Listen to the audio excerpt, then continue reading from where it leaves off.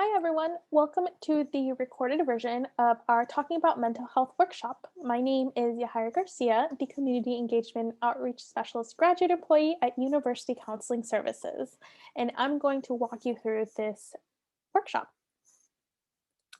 Before we start, I do want to mention that although I do work for University Counseling Services, this workshop does not constitute mental health treatment or therapy. I do encourage those needing additional support to seek out mental health support through University Counseling Services. You can call us to schedule an appointment at 541-346-3227 or go to counseling.uoregon.edu for more information.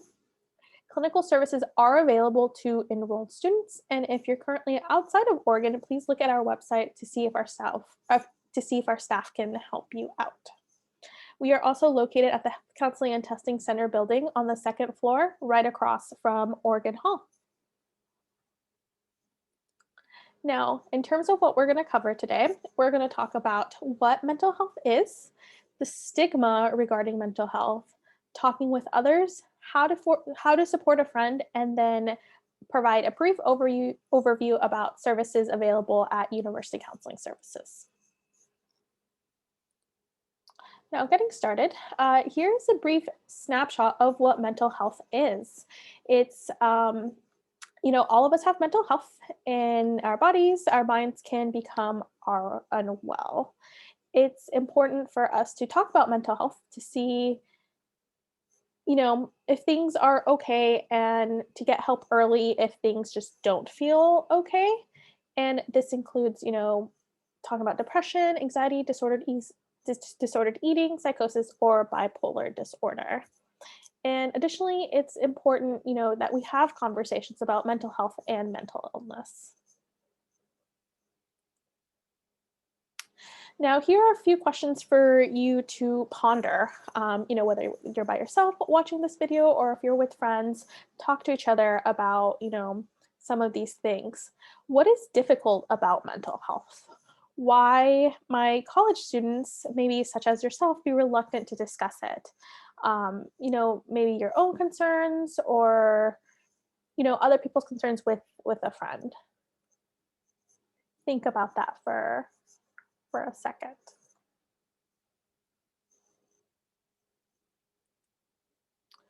One reason why, some people might be, reluctant to talk about mental health or not know how to approach the topic is because of stigma. There is a stigma associated with mental health. Uh, and stigma comes, traditionally from two different sources. One is, social stigma, the attitudes and discriminating behavior directed, towards individuals who have mental health problems. And then there's also, the stigma that we perceive or we hold ourselves, the internalized discrimination or the internalized bias that can lead to, feelings of shame for, having some of these conditions.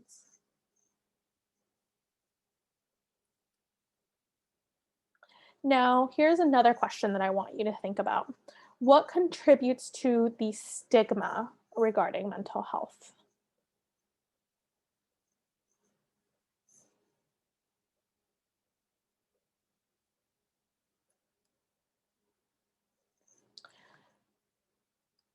Think about what, you thought about what contributes to the stigma regarding mental health. What came up for you? What do you think, propels those factors? And kind of hold on to those for now. To reduce some of the stigma, it starts with having conversations and such as, or looking at resources such as, what you're engaging in now. And to, help reduce some of the stigma around college students and mental health specifically, I want to highlight some common concerns that students come into UCS for. Here on the screen, we see academic stress, romantic relationships, transitions or adjustments to college, for example, trauma, abuse, difficult life experiences, drug and alcohol use and abuse, and, depression, anxiety, and other serious mental health concerns. Uh, you know, Folks use therapy or other resources for addressing, some, if not all, or other, mental health concerns. Um, as we could see. Now, imagine that you were dealing with a mental health concern. What would you be afraid of? What would you hope for? How do you think you would feel about sharing your issues with your friends? And what would you hope that you would get out of that?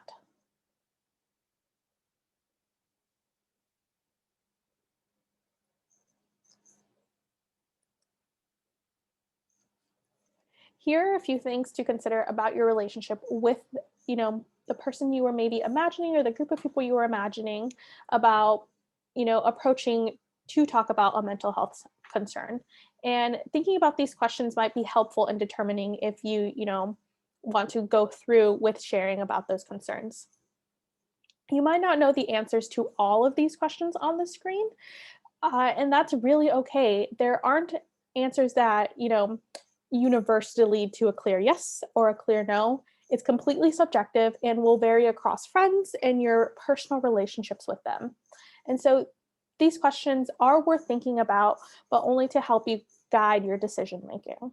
You know, and the questions are how close you are with the person. Are they generally supportive of you? How has this person reacted in the past regarding you sharing maybe some personal things about yourself?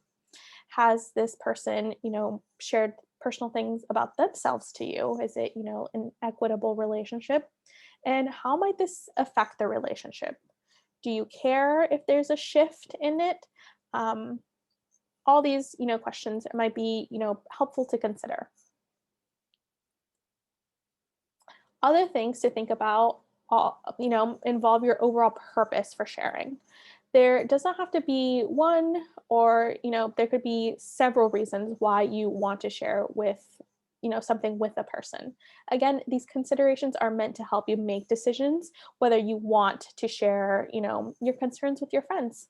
But ultimately, it's really up to you. So think about how much you'd like to share. Is it something you want to approach vaguely? Is it something you want to go, dive deep into? How much is necessary for you? And also, what is your purpose for sharing?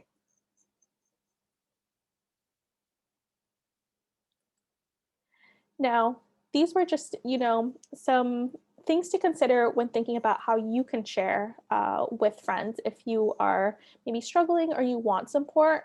Now, here are just some things that we can do to support a friend.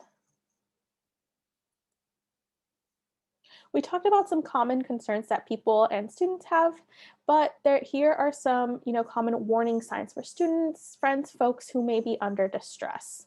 It is typical for people, closest to an individual or to, yourself to notice these signs first. So, friends, family members, if they see them on a regular basis, we know, that each individual is unique and that not all people will reach out to help.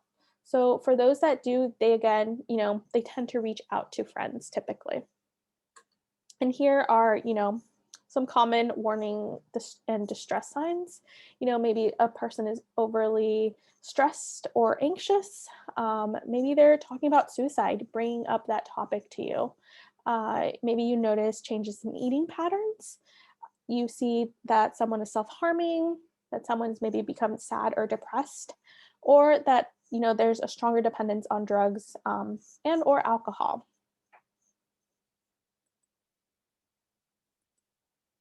And here are some more common distress signs. Someone you know and love is having trouble sleeping. There's a social withdrawal that's maybe uncharacteristic of them. There's a decline in academic performance. This could look, grades or just missing class frequently. Nervousness, agitation, irritability, a change in mood. Also, a marked change in personal hygiene, or maybe they're posting concerning posts on social media that kind of raise a red flag or alarm in you. So now let's really talk about it. This is a pretty important slide, so we're going to spend some time breaking down how to talk about someone you have concerns about. First, it's really important to recognize that the stress looks different for each individual person. As we learned a few slides ago, stress can come from a variety of different sources or reasons, such as like academics or family problems or social situations, work, you know, trauma. The list is endless. And this is by no means, an exhaustive list. Some students can cope successfully with certain demands and, history, while other students might find the pressure to be, overwhelming or unimaginable. And if you do have concerns for a friend, a classmate, a student, a colleague, check in with them if you are concerned. It is better to do this in person, but with, COVID restrictions and, living in a virtual world for now, any communication is better than no communication. So if you really can't reach out to a person, in person, reach out over a text, a video call, a phone call, through Instagram DMs, really anything. Anything is better than nothing.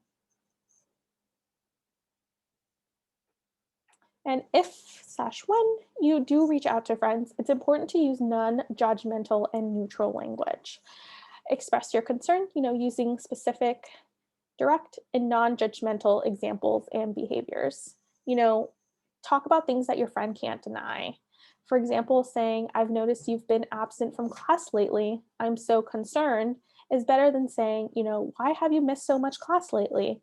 The first way of saying it isn't criticizing them, it's not blaming them, it's not minimizing. It expresses concern and care. And if your friend is bringing up worrying things and you're concerned that they are going to hurt themselves, ask them directly about it. I know this can be anxiety inducing to think about, but it's really important to ask them straight up about it instead of dancing around the topic, especially if it relates to suicide. Ask them if they are considering suicide or thinking of killing themselves. You will not be putting a suicidal, thoughts into their head by bringing it up. If they do show suicidal ideation, ask them, about their feelings or about their plans and immediately seek help from the counseling center, call 911 or UOPD, the dean of students, or an RA in the residence halls for help and assistance. Helping a friend or student in crisis is a stressful event, but it's important to remain calm.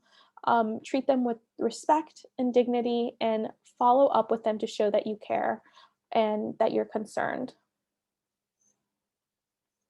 Additionally, it's important to take your friends seriously and not put them down or minimize what they share with you. After, the crisis happens and it's taken care of, if it's appropriate, check in with them. Offer to join them in activity that they enjoy. Be present with them, but don't force cheerfulness. Honor them where they are at and what they have gone through.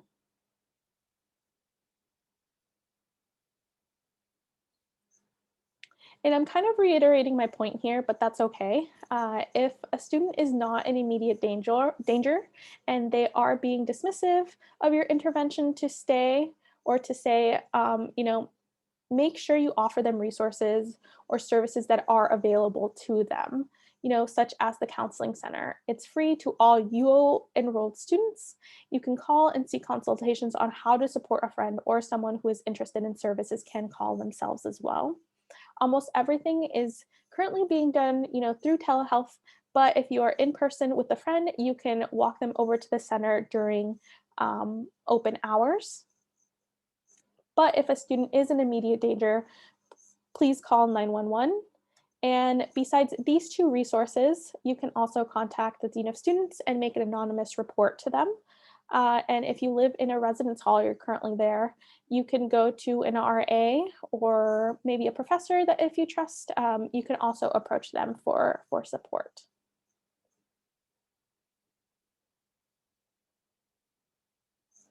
And here is an additional list of resources that are available to you all locally or nationally if you are not currently in Eugene.